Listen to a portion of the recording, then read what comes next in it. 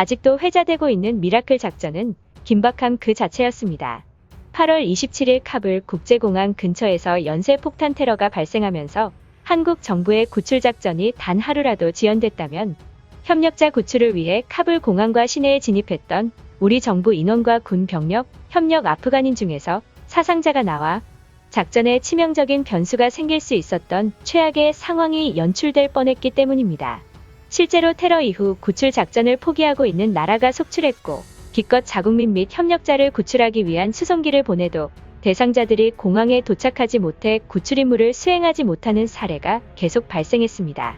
이때 한국은 공군 공정통제사 요원들이 처음으로 실전에 투입된 사례가 되었으며 그동안 잘 알려지지 않았던 공정통제사의 위상이 상당히 높아진 계기가 되었습니다.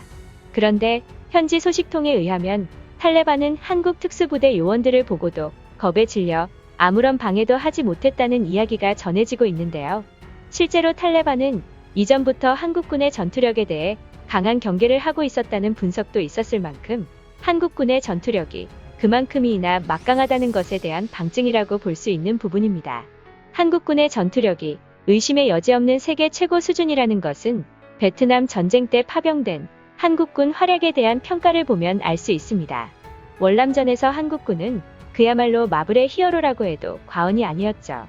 1966년 7월 22일 타임즈는 확보한 베트콩 문서에 100% 승리의 확신이 없는 한 한국군과는 절대로 교전하지 말라는 지시가 기재되어 있었다는 사실을 전했습니다.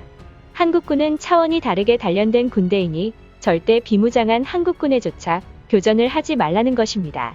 또한 프랑스의 대표적 일간지이자 세계적으로도 권위 있는 신문인 르몽드도 한국군에 대해 인상적인 평가를 내렸습니다.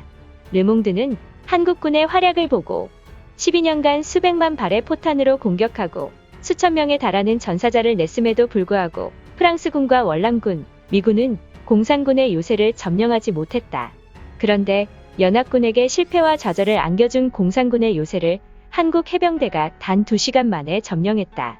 대체 우리에게 무슨 문제가 있었단 말인가? 라는 평을 내리기도 했죠. 그리고 1967년 4월 10일 뉴스위크에 의하면 한 미국의 군 관계자는 월남에 있는 미국인들은 전투에 있어서 한국군을 최고로 생각하고 있다며 마치 미국은 한국이라는 학생을 가르치는 선생님이었는데 어느 날 아침 교실에 왔는데 선생님인 미국보다 학생인 한국군이 앞서 있다는 사실을 발견했다. 라고 진지하게 말하기도 했습니다. 이러한 평가에서 유추할 수 있듯이 월남전에서 한국군의 활약은 영웅과 같았다고 해도 지나치지 않는데요. 당시 한국군의 대우는 보급과 수당 면에서 미군은 물론 다른 참전 연합국에 비해서도 좋지 않았지만 미군의 9대1을 쌈싸먹는 25대1의 사상자 교환 비율을 비롯 전쟁 후반기의 작전에는 100대1의 교환비를 보여주는 기염을 토하며 세계를 경악해 했습니다. 실제로 베트콩 및 북베트남 내부에서 확실히 이긴다는 보장이 없을 경우 절대로 한국군과 싸우지 말고 피하라는 식의 명령을 내린 정황이 많으며 한국군의 용맹함은 동맹군들 사이에서도 유명한 편이었습니다. 특히 장비나 신체 조건 상으로 보면 미군보다 활약이 떨어져야 정상인데 도리어 정반대 결과가 나온 것은 미군을 벙찌게 만들었죠. 탈레반이 감히 한국인과 한국 조력자들을 인질로 붙잡지 못한 것은 한국이 발빠르게 움직였기 때문인 것도 있으나 은혜를 저버리지 않고 반드시 구하겠다는 사명을 지니고 있었던 한국을 자극했을 시 큰 변을 당할 것이라는 걸 알고 있었기 때문입니다. 반면 탈레반은 한국과는 반대로 일본 자위대 수송기는 보내주지 않았고 아무렇지도 않게 일본인들을 인질로 잡았으며 인질을 확보한 뒤에는 일본 자위대는 돌아가라고 태연하게 말했죠. 한국과 달리 일본 정부가 탈레반에 휘둘리는 것을 보고 일본인들은 무능한 자국의 정부를 원망하면서도 일본인이 한국인보다 더 가치가 있기 때문에 일본인을 인질로 잡은 것이라는 말을 하며 자위를 하는 사람도 있었는데요.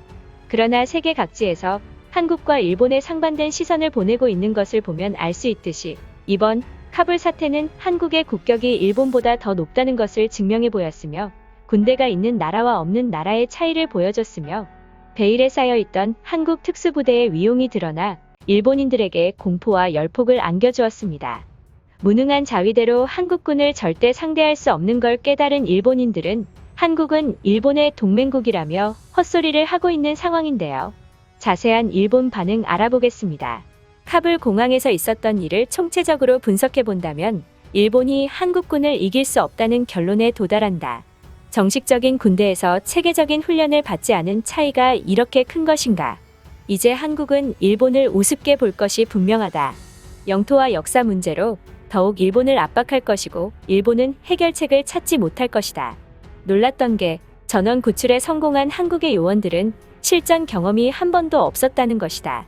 그럼에도 이렇게 완벽한 임무 수행을 보여주었다는 것은 일본과 큰 차이가 있다는 걸 말해주고 있다. 가장 무서운 것은 우리는 한국에 어떤 특수부대가 더 있는지 모르며 그들이 어느 정도의 역량을 가지고 있는지 모른다. 한국은 어느 국가도 할 수 없었던 작전을 성공해내서 국격이 상당히 올라갔는데 일본이 아무런 성과도 내지 못한 것은 실망스럽다. 자위대는 무엇이 부족했단 말인가? 우리는 초강대국인 미국과 전면전을 한 나라였다. 미국과도 전쟁을 펼친 국가가 손 하나 쓸 수 없었다니 비참하기만 하다. 좋게 생각해야 한다. 미국은 우리를 보호하고 있다. 미국이 없었으면 한국은 일본 영토를 쑥대밭으로 만들었을지도 모른다. 한국이 북한 같은 나라였으면 얼마나 끔찍했을까.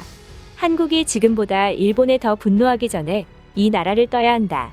한국은 과거에 집착하고 있고 머지않아 한국군의 총과 칼이 일본을 향할 것이다. 한국과 국방력을 비교했을 때 규모에서 분명히 일본의 우위였는데 질적으로 이런 차이가 나버리면 어떡하자는 건가?